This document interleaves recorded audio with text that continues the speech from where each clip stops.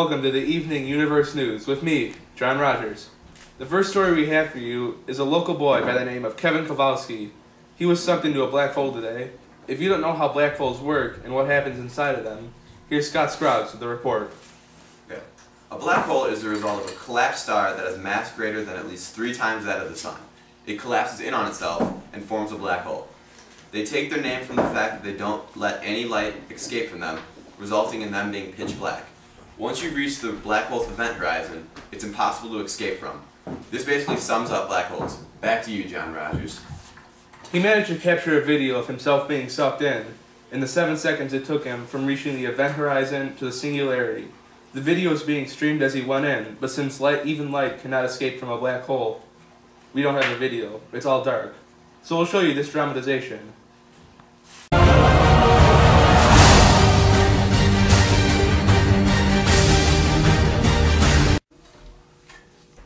As you can see, the black hole was invisible when he was outside of it. Because the black hole sucked him in, all light quicker than it could escape.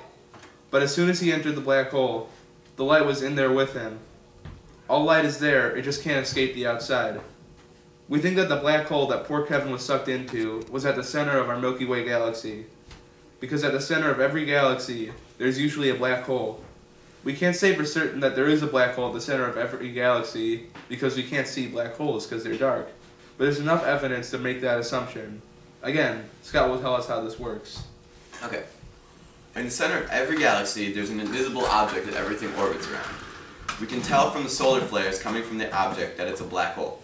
We can also tell it's a black hole by using X-rays.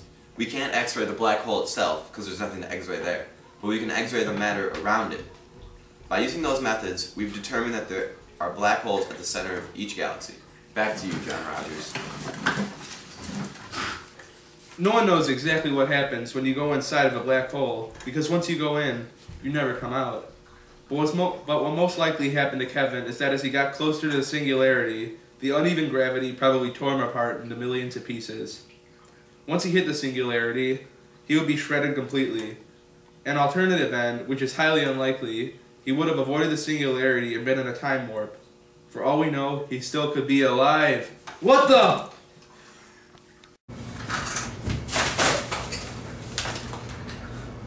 What time's it, guys? I don't want to miss my Iron Maiden show. This is the only time they're playing here in '85. I'm so amazed right now.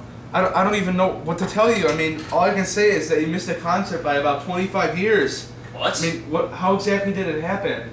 I mean, I was at this Gorgoroth show, and then they opened up a portal to Satan, and then I fell in it. And then I showed up here. Okay. So on to our next story. And now we go to Weatherman, Chip Gibbons with the weather. Thanks, Anchor. In the next couple of days, we're looking for the star Skull Crusher to collapse into a black hole. Some of you may be wondering how this happens. When a large star starts to run out of fuel, it grows into a massive but cool red giant star. This happens because when the hydrogen fuel in the core is almost gone, the star starts converting hydrogen outside the core. This causes the star to inflate greatly. Eventually the fuel runs out and the fusion stops. Without any force opposing gravity, the remaining material in the star is pulled into itself extremely fast, and this is called a collapse. When some stars are pulled in, they collide against the core and then explode out into an explosion called supernova. The core collapses even further into this strange phenomenon called a black hole. The black hole grows stronger and larger as it sucks in more matter, and is like a runaway train pulling more and more matter and growing stronger and larger. Back to you. And now we turn to sports with Greg Davis. Well, a magical season continues for our Red Giants. After many years of collapsing into a supernova and missing the collapse entirely and just becoming a white dwarf, they may finally have enough mass on the team to go all the way and bring a black hole back to the city. They have so much mass to collapse it can't be stopped by particles smashing and exploding up. They might not have the speed to collapse in all the way, but they simply have too much mass and gravity to worry about that until around collapse time. Thanks, Greg. And now to take a look at the brighter side of things, we go to local Solar System Dale in the suburbs, where a man has successfully constructed his own black hole in his backyard. 20 years ago, suburban man Michael Scott started constructing a star in his backyard.